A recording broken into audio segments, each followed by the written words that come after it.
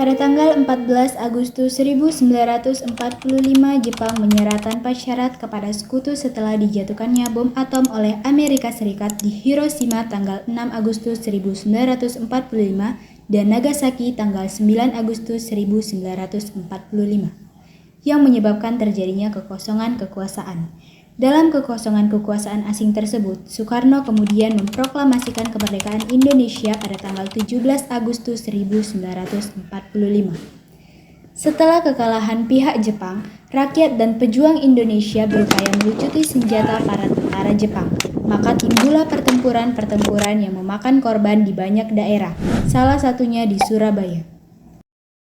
Ketika gerakan untuk melucuti pasukan Jepang sedang berkobar, tanggal 15 September 1945, pasukan Britania mendarat di Jakarta. Kemudian mendarat di Surabaya pada tanggal 25 Oktober 1945. Tentara Britania datang ke Indonesia tergabung dalam AFNI atau Allied Forces Netherlands East Indies atas keputusan dan atas nama blok sekutu dengan tugas untuk melucuti senjata tentara Jepang, membebaskan para tawanan perang yang ditahan Jepang, serta memulangkan tentara Kekaisaran Jepang ke negerinya. Namun selain itu, tentara Britania yang datang juga membawa misi mengembalikan Indonesia kepada administrasi pemerintahan sipil Hindia Belanda sebagai negeri jajahan kolonial Belanda yang disebut NICA, Netherlands Indies Civil Administration. Wakil pemerintahan Republik Indonesia dan jenderal yang memimpin pasukan Inggris di Surabaya bernama Brigadir Jenderal AWS Malabi mengadakan pertemuan dan sepakat untuk saling menjaga keamanan. Jadi, pasukan Inggris diberikan wewenang untuk menyerang tentara Jepang dan membebaskan tawanan perang. Namun, tentara Inggris mengingkari janjinya. Serangan pertama dari tentara Inggris dipimpin oleh Kapten Shaw dan mereka menyerang penjara Kalisosok pada tanggal 26 Oktober 1945.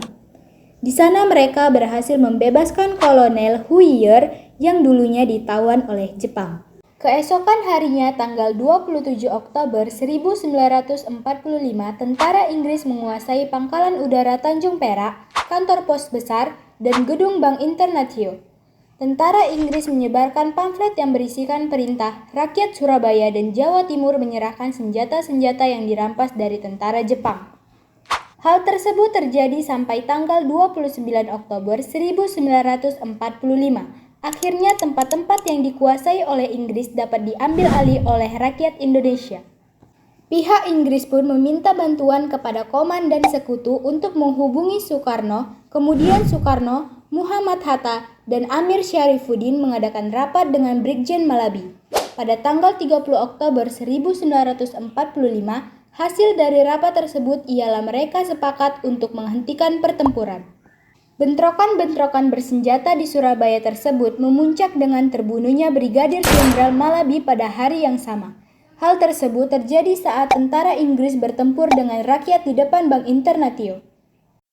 Setelah terbunuhnya Brigadir Jenderal Malabi, penggantinya Mayor Jenderal Robert Menchurch mengeluarkan ultimatum yang menyebutkan bahwa semua pimpinan dan orang Indonesia yang bersenjata harus melapor dan meletakkan senjatanya di tempat yang ditentukan dan menyerahkan diri dengan mengangkat tangan di atas.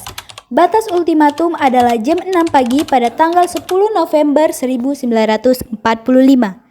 Ultimatum tersebut kemudian dianggap sebagai penghinaan bagi para pejuang dan rakyat yang telah membentuk banyak badan-badan perjuangan atau milisi.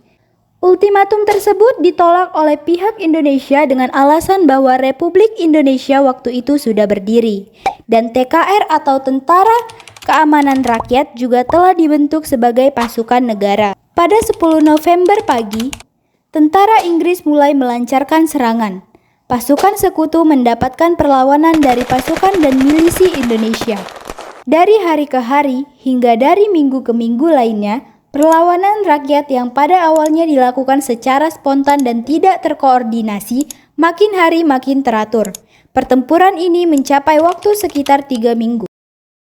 Setidaknya 6.000 sampai 16.000 pejuang dari pihak Indonesia tewas dan 200.000 rakyat sipil mengungsi dari Surabaya.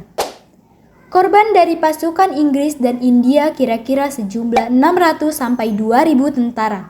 Banyaknya pejuang yang gugur dan rakyat sipil yang menjadi korban pada hari 10 November ini kemudian dikenang sebagai Hari Pahlawan oleh Republik Indonesia hingga sekarang.